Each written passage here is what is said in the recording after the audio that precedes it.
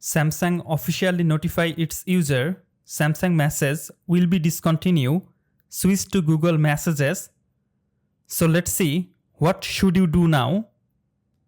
Open your phone setting. Scroll down. Go to Account and Backup.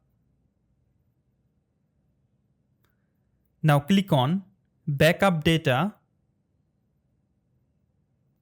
From here, make sure your Samsung Message Backup is turned on.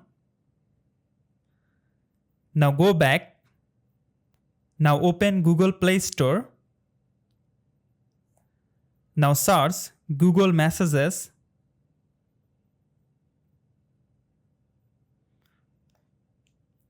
Go to Google Messages.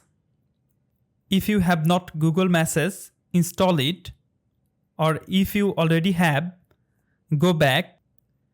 Again, go to phone setting. Now scroll down. Click on Apps.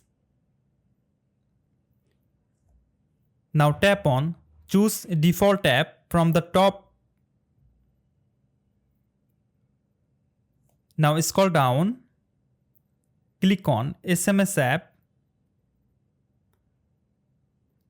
Now select Google Messages as your default SMS app. So do these three things. Don't wait till the last moment.